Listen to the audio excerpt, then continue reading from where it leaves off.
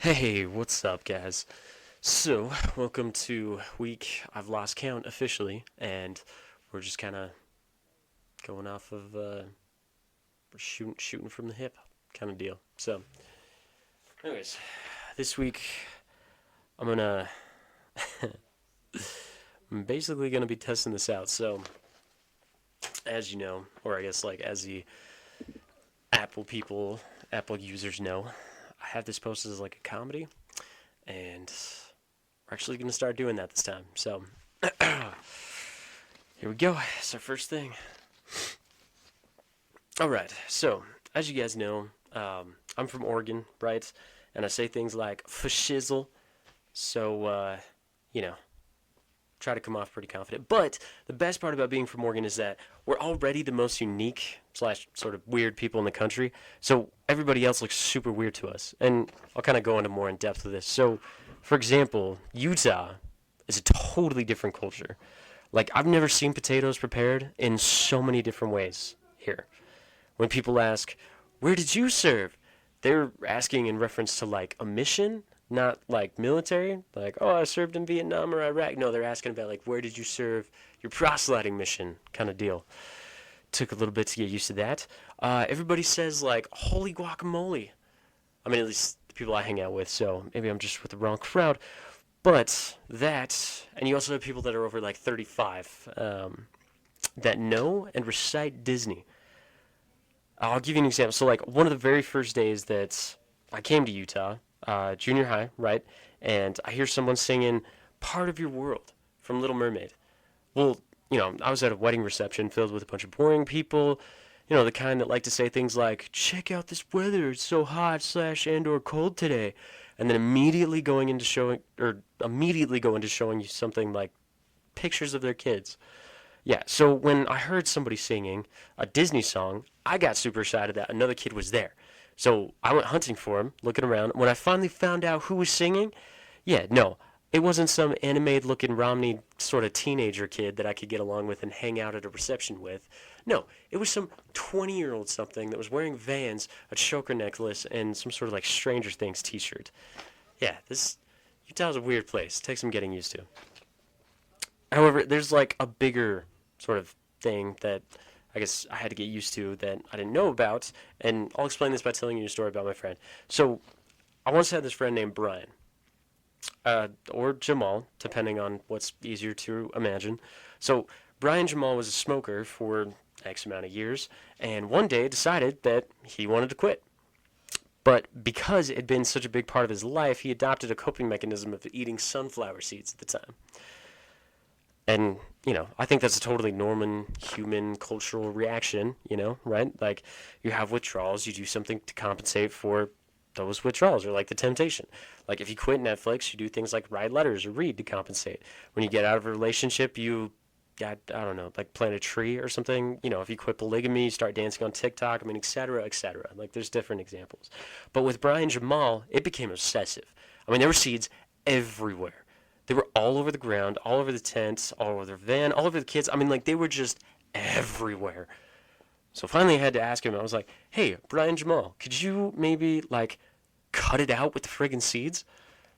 Shrugs his shoulders, and I don't think it's that big of a deal. Not that big of a deal. You're on a Costco watch list for buying them out of stock as spits, and you're going to tell me that it's not that big of a deal? And he shrugged his shoulders again. I don't know. I mean, look at the people we hang out with. They have a lot of board games. And I had to think about this for a second. One, because it was probably the weirdest way of trying to justify this like criminal act of seeds everywhere. And two, like, well, I mean, he was right. So every group of friends in Utah literally has a closet full of board games. I mean, keep in mind, I barely have a full 52 card set in my junk drawer that's probably older than Jim Parsons and gets serviced just as often. And these guys have like full sets of games just chilling in their homes. And first of all, I don't know how somebody pulls that off, but not only do they have these games, but they have what's called expansion packs. And for those of you who don't know what as an expansion pack is, an expansion pack is like an additional kit that you can purchase to make your game big enough to fit more people. So like Monopoly, I think has 4 players. You can get an expansion pack for 8 players. Uh, there's this really popular game here called Settlers of Catan. I think that allows for what 4, 5 people or something like that. You can get the expansion pack to fit like more people and so on and so forth, right? It just keeps going and going and going. So Utah was the first place that I realized that there's an expansion pack for Uno. Uno, ladies and gentlemen. Can you imagine being on a date and using the phrase Uno expansion pack? Now, I don't know if that tugs on the heartstrings and makes somebody fall in love at the first sight, but that's some Hallmark material right there for you. And see, dating in Utah is such a huge challenge. I mean, why? I don't. Well, I don't think people actually know, but I think it has something to do with all the white people. Like, okay, let me explain it to you like this. Have you ever heard other like relationships speak romantically? I mean, Spanish people, right? You got like estoy enamorada.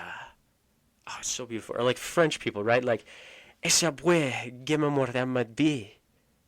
Or even like Indians, you got like, oh, Kelly, you look so cute tonight. I mean, these languages are just absolutely beautiful. I mean, each one has just this amazing way of articulating the true and passionate feelings of the heart into the spoken word. White people, their version of romantic lyrics is like, honey, you got me yoga pants. Or something like, an avocado, thanks. And listen, if you're offended by like me making these jokes, just know that my best friends are whites, and so I'm allowed to make these words.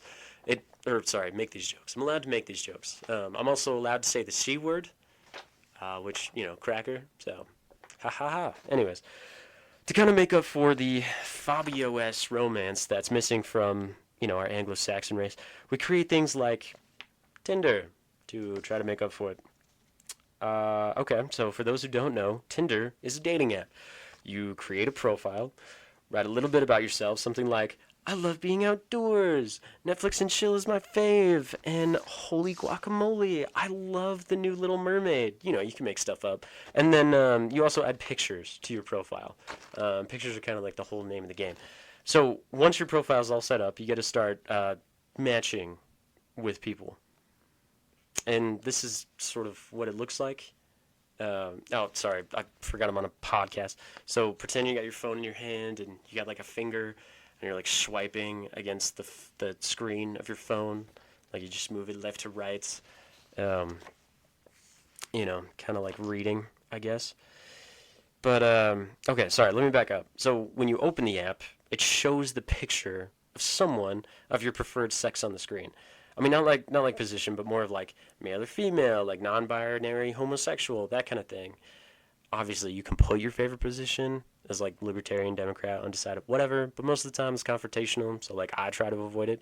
But if you think the person on the picture is attractive, you can click on the photo and it'll show you a little biography about the person. Same as the profile that you set up. They are looking at the profile that you set up, and they're determining based on your pictures whether they think you're an approachable and or handsome match for those of us who lived back in the 1950s. And then, you, like, when you see their picture, you swipe right if you like them, and then you swipe left if they're ugly. You swipe left if you don't like them. And, I mean, it's awesome, but here's the problem. It doesn't actually match you up with your soulmate. What it does, however, is it helps really great photographers find each other.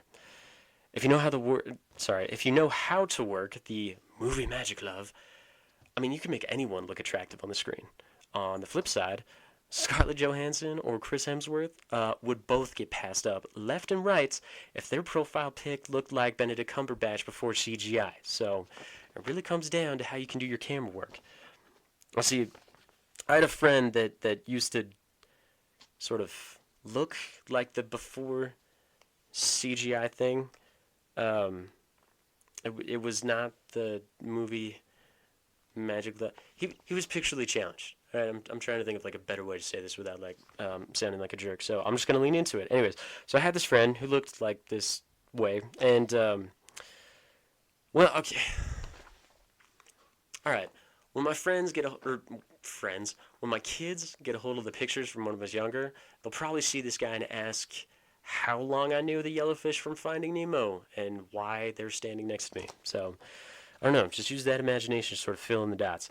Anyways, he was one of the coolest friends that I had. I mean, there have been some others that have given me some good stories, which we'll save for next time, but for right now, we'll use this particular friend.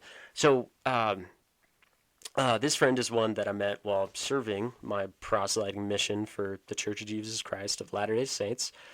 I know you've seen us before. We're the young guys and the, white shirts and ties, and we can go around knocking on doors, asking people to talk about the benefits behind not celebrating birthdays and avoiding blood transfusions. We're super fun at parties and almost always never cross people's personal boundaries. So my friend, his name was Elder Glenn, and hilarious kid. I mean, looks kind of like a white penguin or the yellow fish from Finding Nemo, but that's besides the point. Anyways, so we were assigned to a neighborhood that was kind of on more of the shaky side of like South Texas. We're in Houston, and there's this place called Fifth District or Sunnyside. It's got these, I don't know, like projects down there. So there's a lot of like illegal activity going on, and I mean, not the most family-friendly place, I guess you could say. But we'd run through this neighborhood on our bikes and just talk to people, and I'm trying to do the Lord's work. Anyways, so first night, him and I were at the apartment together. We're just sleeping, like he's in his bed, I'm in my bed, and 3 a.m., middle of the night, I just hear this like,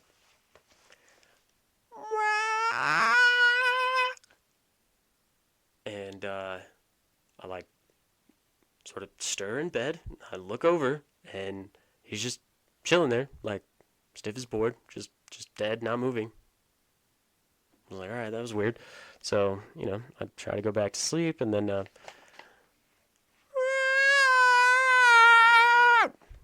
at this point in time, I'm like, all right, so we are on this like proselyting mission. A lot of these missionaries are superstitious and believe in evil spirits, and this noise is coming out of this guy that I'm supposed to be working with. Plus, nobody else is in the apartment, so I don't know what to do in this situation. Again, for the third time,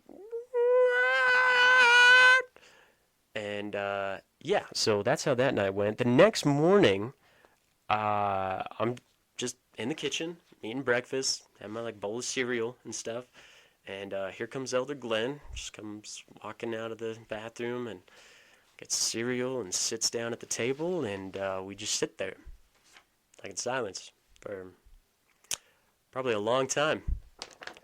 And after a minute, he finally goes, man, last night my calves were cramping up so bad. Yeah, dude, did you know you were screaming in the middle of the night? This is what he hits me with. Yeah, I didn't want to get up and disturb your sleeping, though. Okay, you didn't want to disturb my sleep. Look, keep in mind, you can't just scream at 3 a.m. and just be sitting there like the sleep paralysis demon and think that it's not going to disturb my sleep. Like, you got to say something, dude, instead of me thinking that, you somehow sold your soul to the opposition and I'm like the first sacrifice that you're going to give to the other side of the holy war. But, yeah, heart of gold, that dude. Like I said, one of my favorite friends. And totally innocent. You see, like, I'm a speed demon on a bike. I'm the guy darting in front of traffic, jumping over creeks, and swerving in and out of parked cars and people. I mean, bless his heart, Elder Glenn was trying so hard to keep up. I mean, he was actually doing pretty good until this, like, one day. So, we're biking down this main street of Houston. The street's called Bissonnette. It's a really weird name, I know.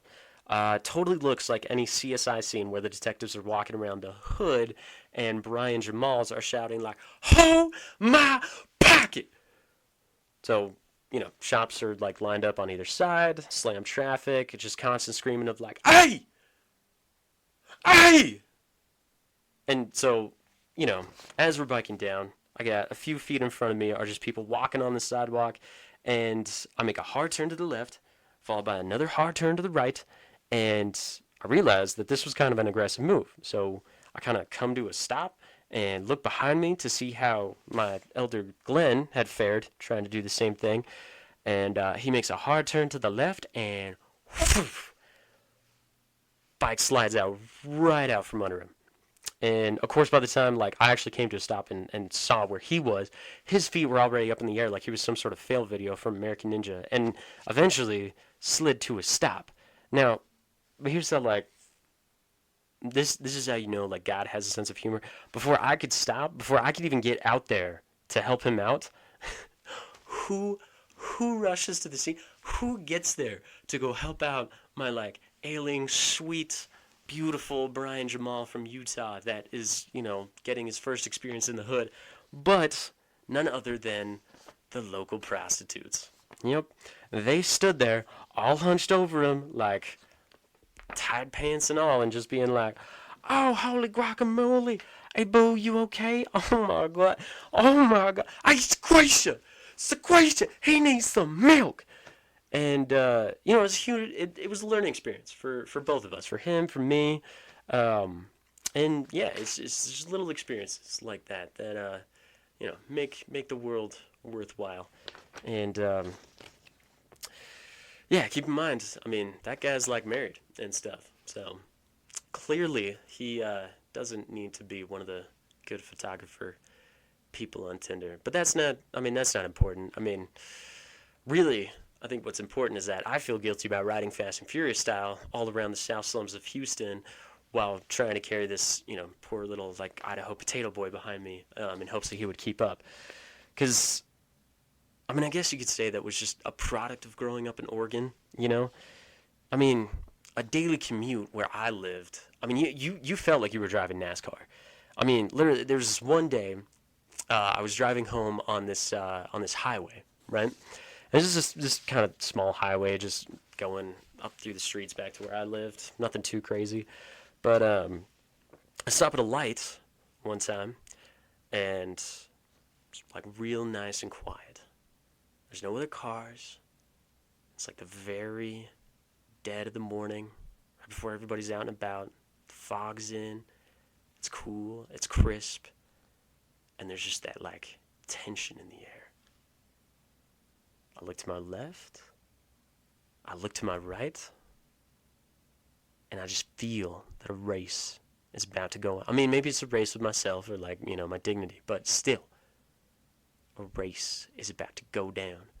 So I'm sitting there. I'm revving my engine. I'm like...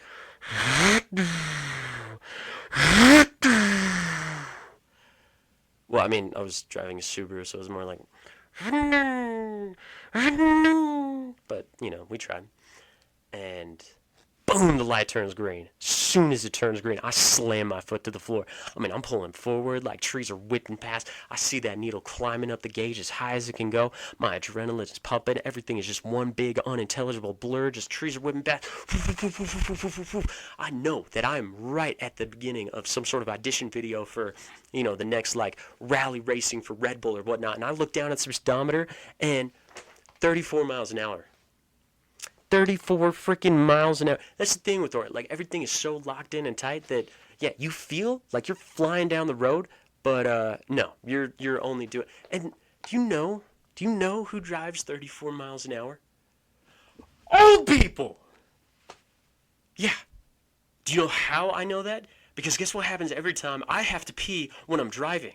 I get stuck behind an old person.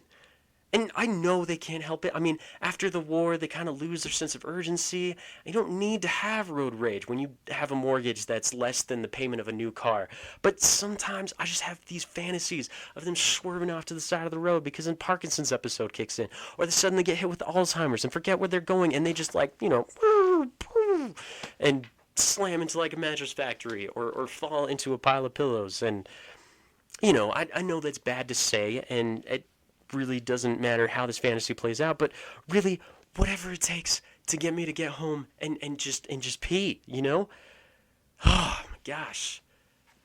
Sorry, I probably shouldn't be as passionate or like worked up about this. I don't know. Sometimes I get a little pangry when I haven't peed in a while. So that's sort of a nuance, and I'll just move on to I guess my next topic. Because here's the thing, like, if you are gonna be an old person, Like, be a cool old person. Somebody with stories.